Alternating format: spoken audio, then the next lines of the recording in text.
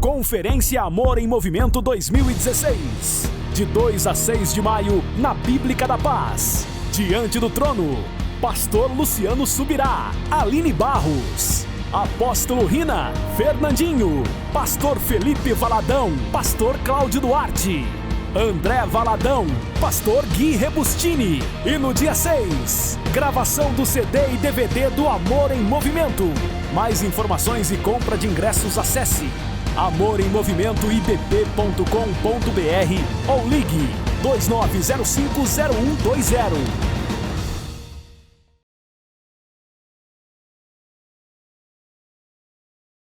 Se você está aí com a sua Bíblia, abra lá em 2 Coríntios, no capítulo 12.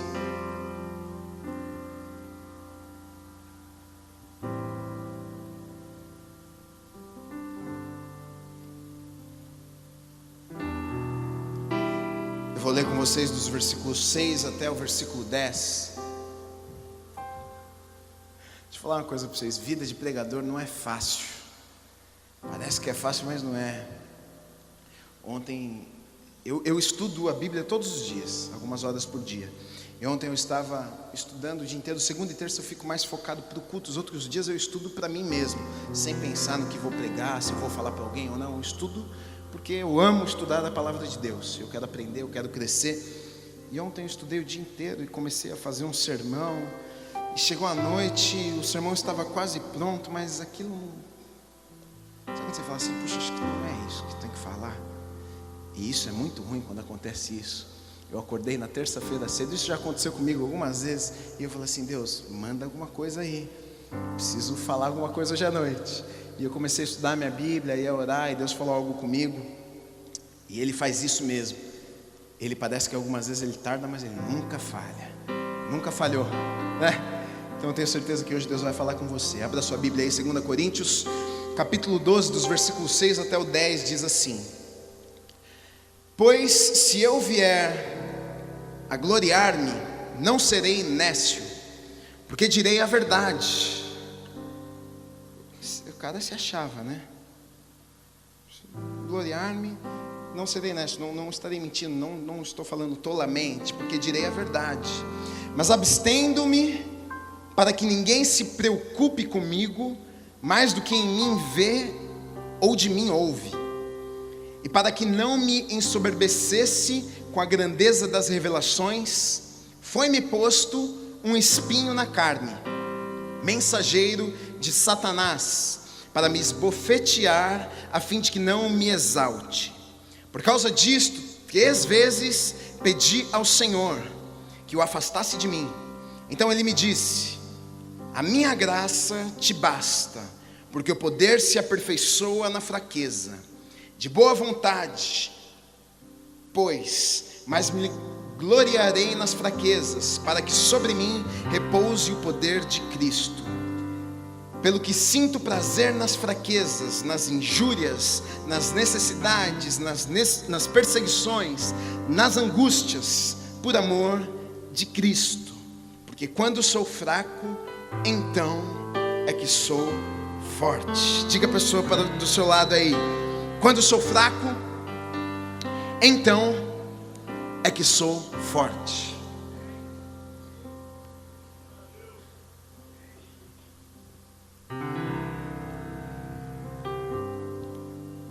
Hoje em dia existe um grande problema. Hoje em dia a tecnologia avançou. Hoje em dia as coisas estão mais fáceis, nós temos acesso muito mais fácil do que antigamente. Você já parou para imaginar como é que era sem telefone, sem internet? Hoje a gente parece que a nossa vida está num aparelho. Você já ficou um dia sem celular? Parece que você vai morrer. É pior do que ficar sem comer, é pior do que qualquer coisa, porque sua vida está ali. Eu não consigo falar com a minha esposa sem estar com o meu celular. Você não responde um e-mail, você não consegue falar no WhatsApp. Todo mundo te chama no WhatsApp, se bem que às vezes é bom ficar sem o WhatsApp. A esposa ia agradecer. Mas a coisa evoluiu e hoje todo mundo é na rede social.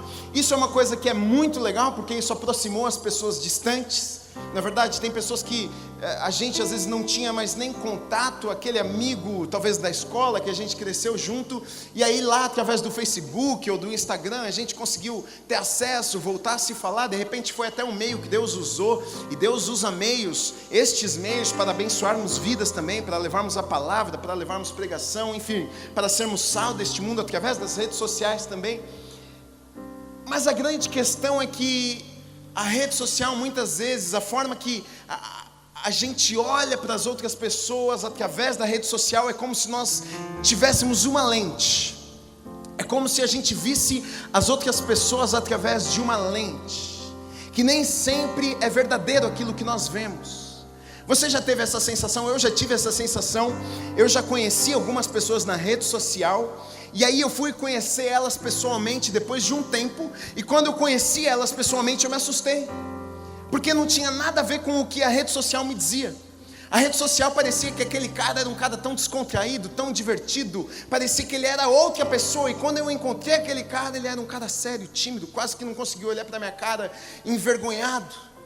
Então a lente das redes sociais, muitas vezes a gente define uma pessoa por aquilo que ela posta, a gente define uma pessoa pela foto que ela coloca, mas muitas vezes nós não conseguimos enxergar além, nós não sabemos o que está acontecendo de fato na vida daquelas pessoas, até porque tem muita gente que dá até raiva, dá até inveja, porque você pensa assim: não é possível, Deus não gosta de mim, Deus não gosta de mim, porque esse cara ele está feliz todo dia, esse cara ele tem os melhores amigos do mundo, esse cara ele nunca se sente sozinho, esse cara olha a casa onde ele mora, o cara nem mora naquela casa, ele vai na casa do amigo, ele tira uma foto e não escreve nada. Ele não fala estou na casa do amigo, ele não escreve nada porque os outros vão pensar, pô, de repente é a casa dele, pô, o cara é top, mora num casão e tal. Ele está passeando na rua, ele vê um carrão, ele para na frente, tira uma foto, o carrão está atrás e ele não fala nada. Aí os outros distantes que estão lá do outro lado falam: caramba, não sabia que esse cara era abençoado assim não, sabia que o cara era próximo, pô, a vida do cara é bacana. Você passa até a falar assim, você começa a ter dó de você, às vezes fala assim, pô, será que só eu tenho problema? Será que só eu tenho dias difíceis?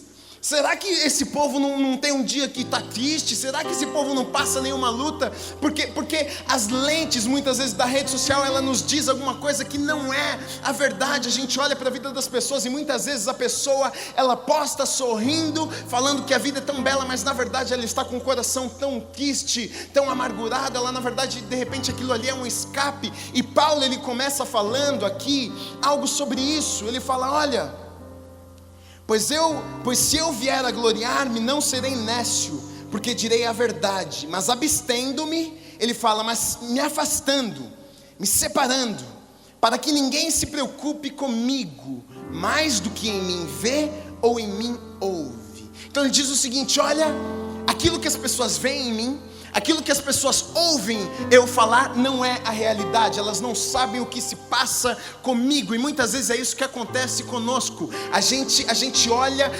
através da rede social, a gente vê uma foto e a gente acha que a gente fez uma leitura da vida da pessoa, a gente acha que a gente conhece, a gente acha que a gente sabe o que a pessoa vive, a gente acha que sabe dos problemas da pessoa, e Paulo está dizendo exatamente isso: olha, eu me afasto, eu me separo, porque aquilo que eu falo e aquilo que vocês me veem fazendo não é exatamente aquilo que realmente é.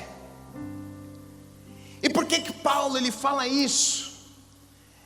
Paulo, como vocês sabem, no Novo Testamento ele é um grande homem, o apóstolo Paulo, que escreveu tantos livros, né, na Bíblia, no Novo Testamento, um homem que foi chamado para exortar as igrejas, para animar as igrejas, que foi chamado como apóstolo para desafiar as pessoas, para ter seguidores, pessoas, formar discípulos, para que discípulos abençoassem tantas igrejas e abençoassem também as nossas vidas até nos dias de hoje. Mas Paulo ele fala: olha, eu preciso um homem abençoado como ele diz, olha, eu preciso me retirar, eu preciso me afastar, porque existem algumas coisas que eu não quero que vocês vejam na minha vida. Só que sabe o que é engraçado sobre isso? Aí a Bíblia continua aqui dizendo no versículo 7 assim: para que não me ensoberbesse com a grandeza das revelações, foi-me posto um espinho. Aí agora os teólogos piram a cabeça. Essa é a discussão de muitas pessoas, pastores, teólogos, tentando descobrir qual que é o espinho na carne de Paulo. Aí tem muitas teorias, tem pessoas que dizem uma coisa, tem pessoas que dizem outra, tem pessoas que falam, acho que era a visão dele, porque tem algum versículo que fala que ele não enxergava muito bem, não, acho que a visão dele atrapalhava ele, era um espinho no ministério dele, não, acho que era mulher, acho que era tentação, acho, mas a grande realidade é que a Bíblia não dá uma definição. Paulo, ele não nos declara qual era o espinho que estava na carne dele, mas uma coisa nós sabemos, era algo que ele não queria contar. Era algo que talvez ele sentia muita vergonha. Era algo que ele ficava constrangido das pessoas saber. Por isso que ele fala, olha, eu tenho que me afastar. Vocês não podem ver tudo em mim. Vocês acham que apenas eu falando, vocês acham que apenas vocês me vendo, algumas vezes vocês conhecem todas as coisas em mim, mas eu preciso me afastar, porque existe algo, existe um espinho que me foi colocado na minha carne, que vocês não fazem ideia. Isso me deixa um pouco mais tranquilo. Eu não sou o único que tem uma espinha na carne. Isso me deixa um pouco mais sossegado, porque eu sei que eu não preciso ser perfeito. Todos nós temos falhas, todos nós em algum momento das nossas vidas pisamos na bola. Deus está nos ajudando, Deus está construindo algo em nós. A gente cai, Deus vem e nos levanta. A gente pisa na bola aqui, Deus vem e acerta o nosso caminho. O apóstolo Paulo, ele fala, olha, é algo que eu preciso me afastar para que vocês não enxerguem isso. Agora deveria ser algo muito grave, porque o apóstolo Paulo, ele não tinha problema em falar da vida dele. Se nós voltarmos um capítulo, a gente percebe que ele fala abertamente sobre as coisas que ele passava. Volta um capítulo lá em 2 Coríntios, no capítulo 11, a partir do versículo 24, Paulo, ele começa a falar as coisas que ele passava no ministério, as dificuldades. Ele fala, olha, eu não vou ler tudo, do 24 ao 33, mas eu vou citar algumas coisas que ele fala. Ele fala, olha, 5 vezes recebi dos judeus uma quarentena de açoites. Fui 3 vezes fustigado com varas, em jornadas, muitas vezes em perigos de rios, em perigos de salteadores, em perigo entre os patrícios, em perigos entre gentios, em perigos na cidade, em perigos no deserto, em perigos no mar, em perigos entre falsos irmãos, em trabalhos e fadigas, em vigílias, muitas vezes em fome e sede, jejum, muitas vezes em frio e nudez, não tinha o que vestir.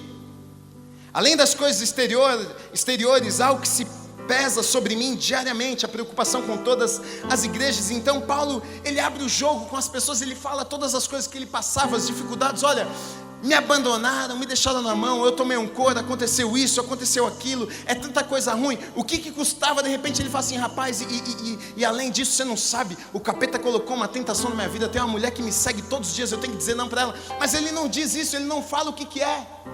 Ele simplesmente diz que existia um espinho na sua carne, e esse espinho, quem havia enviado este espinho foi Satanás. Ele diz, olha, mensageiro de Satanás, que foi enviado para me esbofetear, a fim de que não me exaltasse. Então existia algo na vida de Paulo que lhe causava dor. E se você parar para pensar num espinho, um espinho é algo que pode ser muito pequeno, é algo que as pessoas de repente nem consigam ver, mas causa muita dor, e você sabe que o tempo inteiro está ali. Talvez era assim na vida de Paulo. Talvez as pessoas não faziam ideia daquilo que ele passava no seu íntimo.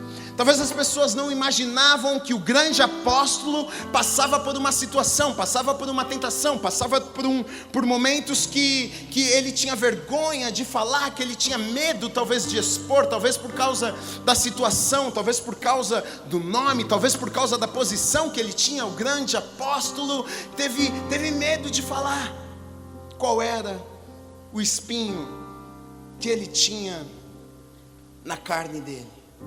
Eu sei que era algo ruim, eu sei que é algo que doía na vida dele, eu sei que é algo que ele não gostava, e quando a gente vira cristão, quando a gente aceita Jesus, Deus começa a falar conosco, e começa a falar conosco através da palavra dele, e nos ensina algumas coisas, e a primeira coisa que a gente quer fazer, a gente quer consertar a nossa vida. A gente quer deixar para trás os caminhos antigos, a gente começa a mudar o rumo, tomar novas decisões. Antes a gente fazia de um jeito, agora a gente começa a fazer de outro. Mas Paulo, ele fala, olha, existe um espinho que me persegue, foi colocado por Satanás na minha vida. Ele não queria que isso estivesse lá da mesma forma que nós não queremos, da mesma forma quando alguma coisa que nos tenta tirar do centro e da vontade de Deus, quando nós entendemos que Deus tem o melhor para as nossas vidas, a gente não quer isso para as nossas vidas. A gente ora a Deus, a gente fala: Deus, afasta de mim a tentação. A gente aprendeu isso na oração do Pai Nosso. Nós devemos orar: afasta de mim essa tentação, para longe de mim, eu não quero errar. Deus, me ajuda a ser uma pessoa íntegra. Deus, lá no meu serviço, mesmo que o meu patrão, o meu chefe me trate mal, Deus, me ajude a ser como o Senhor é lá. Me ajude a amar, me ajude a servir, me ajude a ser uma pessoa correta. Essa é a nossa oração, essa é a nossa busca. E Paulo também, ele buscava isso. Então ele não estava satisfeito com o espinho na sua carne. E nós sabemos disso porque no versículo 8 ele diz o seguinte: por causa disso 3 vezes pedi ao Senhor que o afastasse de mim. Então Paulo ele pede, Paulo ele fala para Deus: Deus, Senhor, olha só, o Senhor me chamou, eu sei que o Senhor tem algo muito especial, sabe, eu tenho te seguido, tenho feito a sua obra, mas tem esse negócio, está me perseguindo, está me incomodando, está doendo, eu quero deixar isso para trás. Eu estou com vergonha, eu estou com medo, eu não tenho coragem de falar para as pessoas que isso de repente é uma tentação, de que isso me incomoda, de que essa pessoa de repente me incomoda, me tira do sério. Eu sinto raiva, Deus, eu sinto raiva dela porque ela pega no meu pé, Satanás colocou ela atrás de mim. E Paulo ora, pede a Deus: arranca de mim, tira de mim. Se for uma pessoa, afasta ela de mim. Se for uma tentação, para longe de mim. Mas nada acontece. Então Paulo com certeza ajoelha novamente e ora e clama e fala: Deus, tira, afasta de mim, eu não quero ver isso, eu não quero isso para mim. E a Bíblia diz que 3 vezes Paulo ora, e ele faz simplesmente aquilo que todos nós fazemos, não é verdade? Quantas vezes eu já orei por pessoas que vêm à frente e falam assim: pastor, o senhor pode orar por mim? Claro, querido, qual é o motivo? Estou passando uma luta lá no meu emprego, meu chefe, você não sabe. Tem gente até que usa esse termo: é um espinho na minha carne, aquilo pega no meu pé, me tira do sério, eu não estou aguentando, pastor, eu quero fazer o que é certo, mas está difícil. A minha vontade é de matar ele, dar um soco na cara dele, é de xingar ele, fazer alguma coisa. Pastor, então ora para que Deus abra uma outra porta. E a gente faz esse tipo de oração: Deus, abra outra porta para mim. Deus, tira essa pessoa do meu caminho. Pai, me livra da tentação, faça alguma coisa, não me deixe nessa situação que eu estou. Nós oramos assim, da mesma forma que Paulo ele orou, nós oramos também. Só que o grande problema é que Paulo ora 3 vezes, e aí Deus responde. Porque o nosso Deus é um Deus bom, o nosso Deus é um Deus que ouve as nossas orações e no tempo certo Ele responde. Muitas vezes Ele não responde porque tem gente que pede uma vez e esquece do que pediu. A gente percebe que Paulo estava insistentemente, até porque esse espinho na carne dele deveria ser algo terrível, que incomodava muito a vida dele. E aí Deus responde Paulo, que está lá no versículo 9. E aí diz assim no versículo 9: então ele me disse, aqui é Paulo falando que Deus disse para ele: a minha graça te basta. Esse "a minha graça te basta" é como se Deus estivesse dizendo para Paulo: eu não vou tirar o espinho não, pode ficar tranquilo, eu vou te sustentar mesmo com espinho. A minha graça te basta. E aí, isso é tão ruim quando a gente ora pedindo algo a Deus e a resposta de Deus não é aquilo que a gente achou que Ele nos responderia. Deus, me ajuda aqui, faz aquilo, e aí você sente que Deus fala com você, e aí você sente que você vai a um culto e aquela palavra de repente tão dura que você queria que não fosse para você, você tem a confirmação no seu coração, Deus falando: é para você, eu falei com você nessa noite, E aí a gente fica quase que indignado com Deus: meu Deus, não é possível, como assim? O Senhor não vai me ajudar nessa questão, o Senhor não vai tirar esse espinho, o Senhor não vai fazer alguma coisa. E Ele diz: a minha graça te basta, Paulo, porque o poder se aperfeiçoa na fraqueza. Aí depois diz o seguinte: de boa vontade, pois, mas me gloriarei nas fraquezas, para que sobre mim repouse o poder de Cristo. Olha a resposta de Paulo: de boa vontade. Diz: Deus, de boa vontade, Quantos de nós temos boa vontade quando ouvimos o que não queremos ouvir? Mas aqui eu fiquei pensando, aqui Deus fala de fraqueza e de poder de Deus. Deus fala que na fraqueza existe um poder sobrenatural que é derramado. No tempo difícil existe um poder derramado sobre a sua vida. E eu fiquei pensando, mas que relação tem a fraqueza com o poder? Por que Deus precisa da fraqueza para derramar o poder? Por que Deus precisa de um momento difícil para que o poder dele se derrame de forma sobrenatural? Não existe algo especial na fraqueza que faça ser liberado. Então deve existir algo sobrenatural na fraqueza, para que o poder de Deus possa ser derramado. E aí eu fiquei pensando, fraqueza.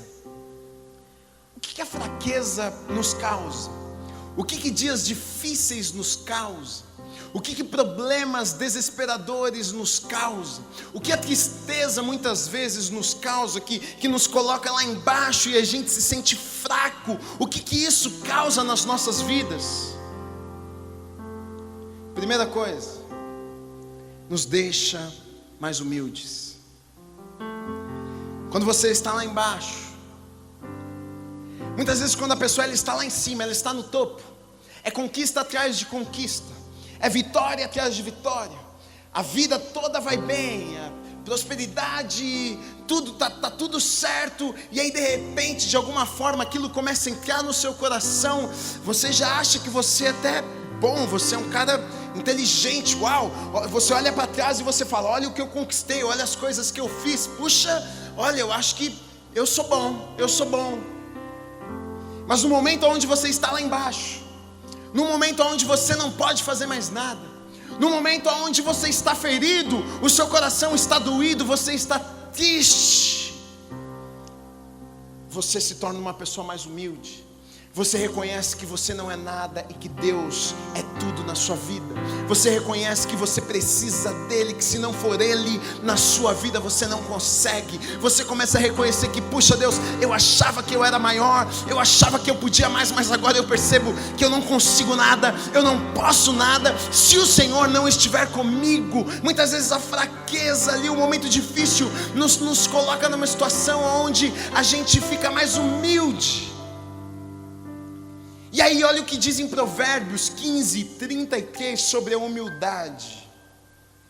O temor do Senhor ensina a sabedoria, e a humildade antecede a honra. Então quer dizer, a pessoa que foi lá para baixo, a pessoa que teve o seu coração quebrado, a pessoa que está num momento de fraqueza, de vulnerabilidade, de dor, então ela se torna humilde. Mas aqui em Provérbios diz o seguinte, a pessoa que é humilde, que a humildade antecede a honra. Então certamente a pessoa que está lá embaixo, se ela se humilhar, certamente a Bíblia diz que vai haver um lugar de honra para a vida dela.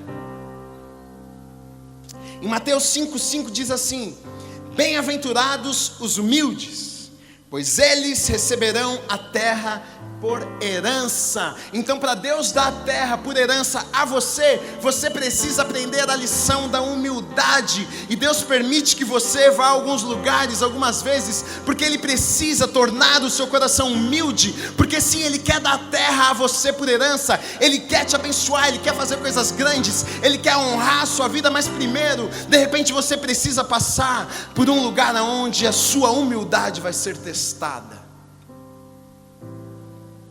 Outra coisa que eu vejo aqui é o coração duro, ele é quebrado. É como se nós baixássemos as nossas guardas. Deus, não vai ter jeito não. O Senhor precisa fazer alguma coisa. E aí em Salmo 51:17 diz algo sobre o coração quebrantado. O sacrifício aceitável a Deus é o espírito quebrantado. Ao coração quebrantado e contrito não desprezarás, ó Deus. O coração quebrantado, Deus ele não consegue desprezar. E muitas vezes é necessário uma situação, e muitas vezes é necessário um espinho nas nossas vidas, para que a nossa vida seja quebrada e a gente chegue num lugar onde a gente fala, Deus, nós precisamos do Senhor, onde os nossos corações duros são quebrados, onde nós nos tornamos humildes e olhamos para Ele, pedimos ajuda e sabemos que sem Ele não podemos. Salmo 34:18 diz assim: perto está o Senhor dos que têm o coração quebrantado e salva-os de espírito abatido. A grande realidade é que o diabo, ele acha que está causando um mal. A grande realidade, nós sabemos que o mal não vem de Deus.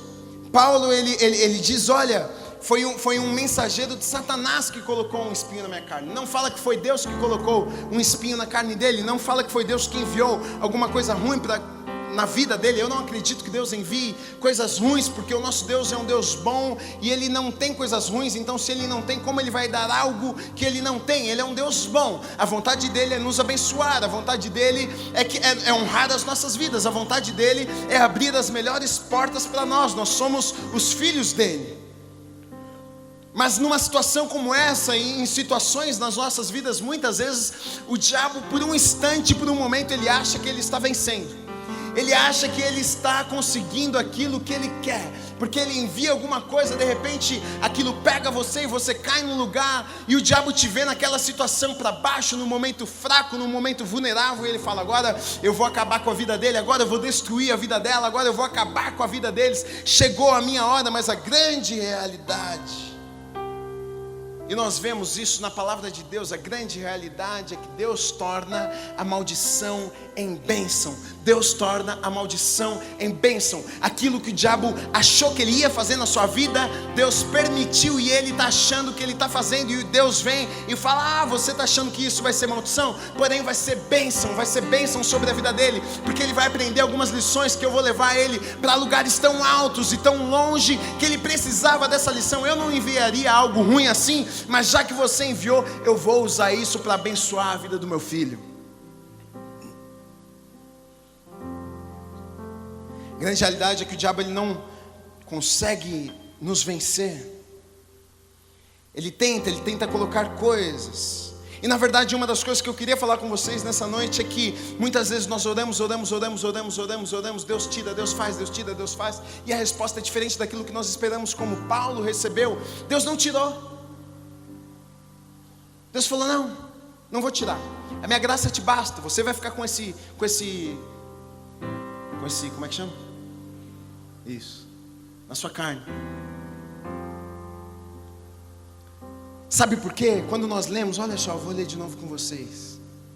Sabe qual que era a importância? Pelo que eu leio aqui, pelo que eu percebo, Paulo, ele era um cara que, tinha tudo para se achar o cara. Ele era um cara muito inteligente.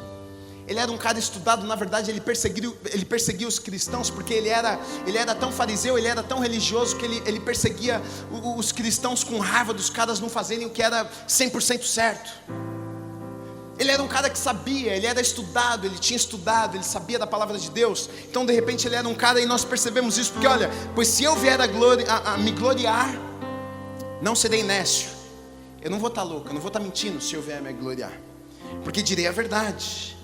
Mas abstenho-me, mas me afasto, para que ninguém se preocupe comigo mais do que em mim vê ou em mim ouve, e para que não me ensoberbecesse com a grandeza das revelações. Então um cara que tinha muitas revelações. Então existia um perigo na vida de Paulo do orgulho. Existia um perigo de ele se achar que ele era o cara. E aí ele diz, olha aqui: e para que não me ensoberbecesse com a grandeza das revelações, foi-me posto um espinho na carne. E algumas vezes o espinho na carne nos coloca no lugar onde nós precisamos estar. O espinho na carne muitas vezes nos lembra que nós não somos tudo isso que nós pensamos que nós somos. O espinho na carne nos mostra muitas vezes que, ei, peraí, não é bem assim que funciona. Você não é tudo isso, você não pode se achar assim. O espinho na carne muitas vezes nos coloca no lugar. O espinho na carne, na verdade, muitas vezes pode ser usado até por Deus para ser uma proteção para as nossas vidas. Paulo, ele não compreendia aquilo, mas aí ele fala que, olha, me foi colocado um espinho na carne para que eu não me ensoberbecesse. Ele pede a Deus: tira, e Deus não tira. Fala: a minha graça te basta. E aí ele termina depois de um jeito interessante, mas eu vou falar isso aqui só no finalzinho.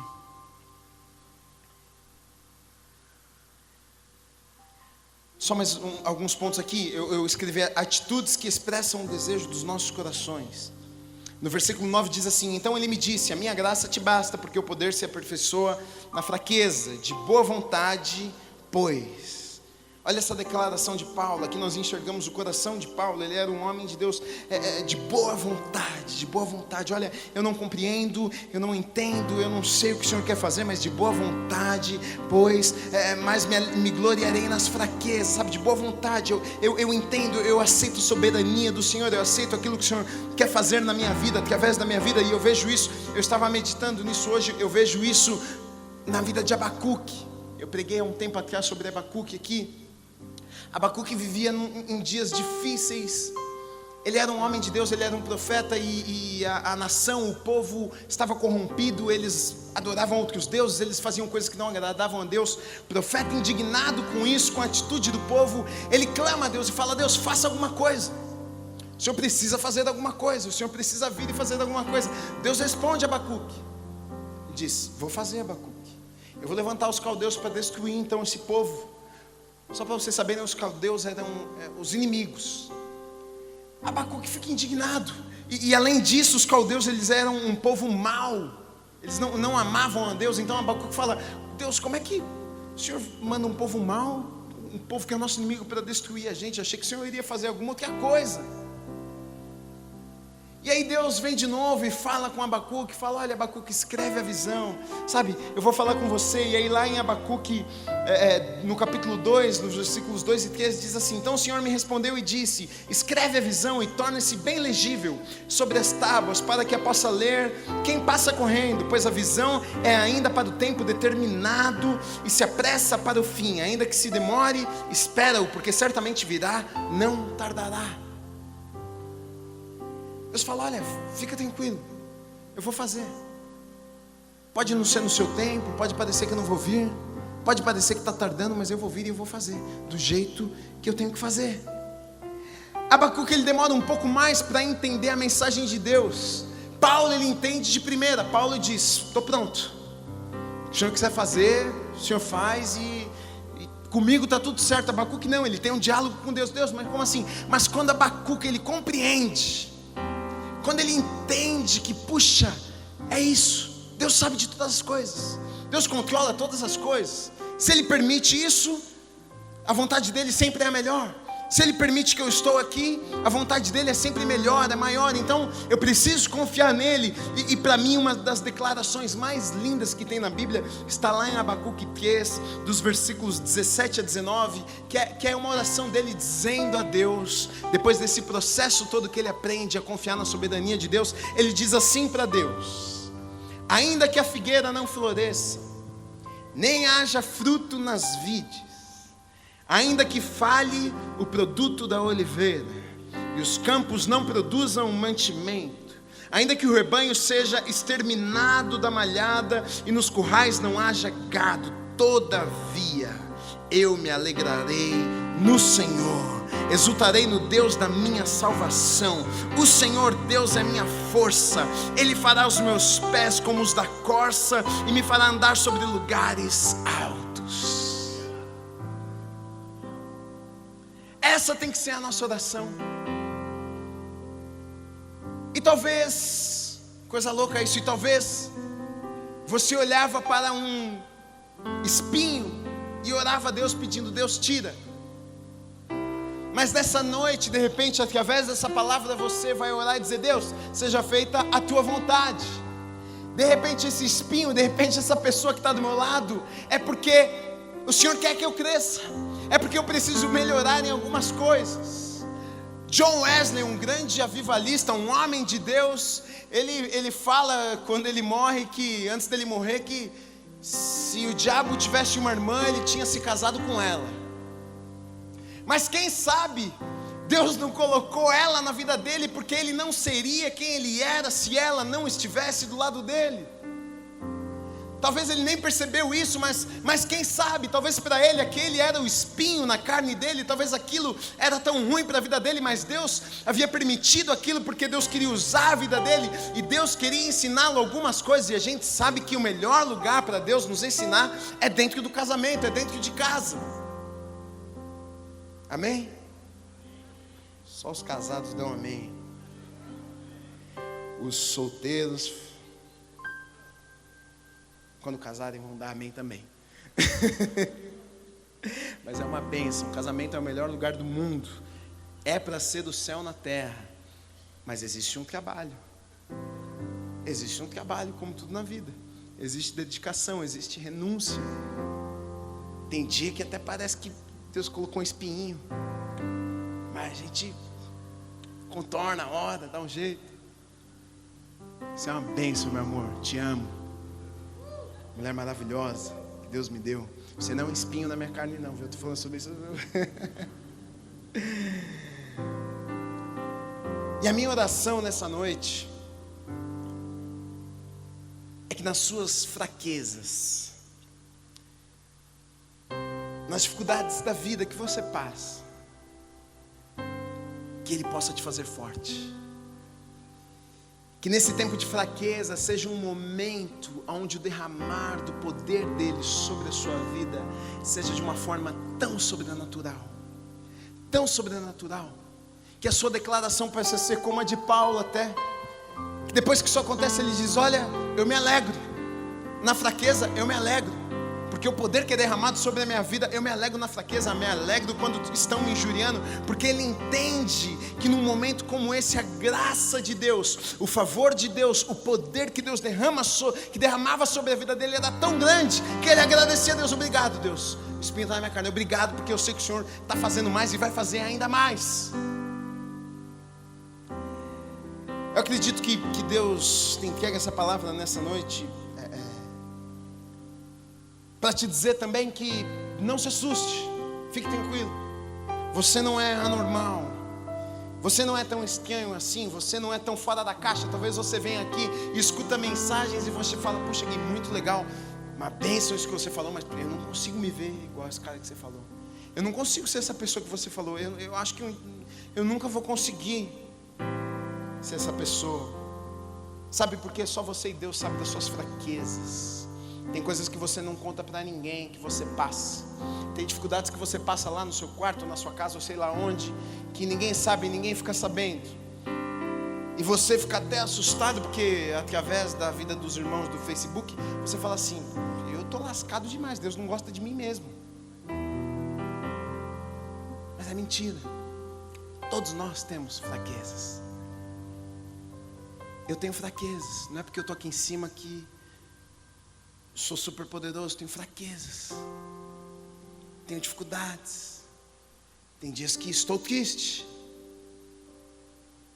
não sou super-herói, mas sempre, quando eu estou triste, eu sei que a graça de Deus está sobre a minha vida. Sempre, no dia que eu estou triste, eu sinto que o poder de Deus está alavancando a minha vida e trazendo alegria para o meu coração. Sempre. Ele nunca me desamparou, Ele nunca te desamparou, e Ele não vai fazer isso agora. Talvez você se coloca para baixo, você fica mal, porque você acha que você nunca vai conseguir chegar no lugar onde que você queria. Falando espiritualmente, falando em todas as áreas, você fala aqui: não sei se é para mim, é porque você não sabe de algumas coisas que eu não posso nem contar. Tenho vergonha, tenho medo. Mas a palavra que eu quero deixar de Deus para a sua vida nessa noite é: ei, o poder de Deus se aperfeiçoa na sua fraqueza. O poder de Deus se aperfeiçoa na sua fraqueza. O poder de Deus se aperfeiçoa lá no seu quarto, quando ninguém está te vendo. O poder de Deus se aperfeiçoa quando as lágrimas caem do seu rosto e as pessoas não podem enxugar, porque você não tem coragem para dizer a elas o porquê que você está chorando, mas o poder de Deus está lá dentro do seu quarto, aperfeiçoando, aperfeiçoando, aperfeiçoando. Existe um poder sobrenatural no momento da nossa fraqueza, no momento da nossa dificuldade, e Ele está disponível para você também. Não se sinta inferior, todos nós somos filhos. Aquilo que a herança do Pai, ela é a mesma para todos nós. Nós somos filhos. Se você recebe, se você aceita isso, você pode viver isso também.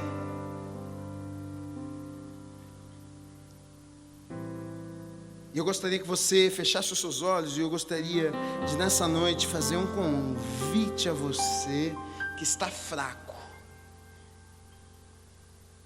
Um convite a você que tem alguma fraqueza.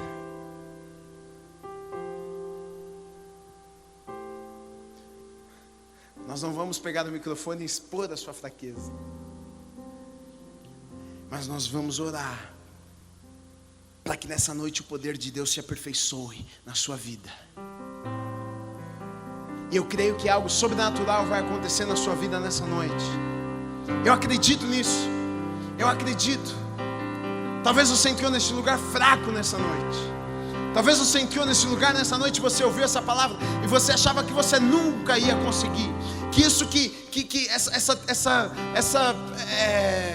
Essa tentação você nunca iria conseguir vencer. Esse problema você nunca iria conseguir passar. Mas Deus te trouxe aqui, Ele falou com você: olha, é possível, eu estou com você nessa. A minha graça te basta, você vai conseguir passar por isso. Você vai conseguir. Parece que está difícil demais, mas olha aqui, o meu poder vai se aperfeiçoar nessa fraqueza, nessa dificuldade. Você vai conseguir. Não porque você é bom demais, mas é porque eu estou com você. E eu quero orar junto com você. Se você quer colocar algo diante da presença de Deus, algo que você precisa da ajuda de Deus, algo que talvez Deus não vai tirar da sua vida, mas talvez algo que Ele precisa te dar graça para você aprender a conviver com aquilo. Se você reconhece isso nessa noite, você diz: Gui, eu quero orar nessa noite, porque eu preciso desse poder para aperfeiçoar. Eu preciso dessa graça, porque, sabe, eu estou fraco. E se esse é você, nós vamos orar juntos nessa noite. E eu acredito que Deus vai fazer algo na sua vida. Deus vai fazer algo na sua vida nessa noite. Todos vocês fiquem de pé. Se você quer orar comigo, sai do seu lugar, vem aqui à frente. Nós vamos orar juntos. Graças a Deus hoje a gente tem isso aqui, a gente tem igreja onde a gente pode se reunir, a gente pode estar junto, a gente pode clamar a Deus e um orar pelo outro, e todos nós darmos as mãos e clamarmos a Deus, porque na verdade vocês estão aqui, mas todos nós precisamos estar aqui, porque todos nós temos coisas em nossas vidas que não queríamos que estivessem lá. Ninguém que está aqui nessa noite é perfeito. Na verdade eu estou aqui junto com vocês também, porque existem coisas na minha vida que eu preciso de Deus, eu preciso que Deus transforme, eu preciso da graça de Deus para me fazer andar, eu preciso da graça, eu preciso que Deus, que o poder dEle se aperfeiçoe na minha vida também. E se você entende que você precisa de uma graça sobrenatural sobre a sua vida nessa noite, para que você consiga continuar, sai do seu lugar, não perca essa oportunidade, Se Deus falou com você nessa noite, não perca a oportunidade. Sai do seu lugar e vem aqui à frente. Pode abaixar as luzes, por favor. Nós vamos orar juntos aqui. Feche os seus olhos.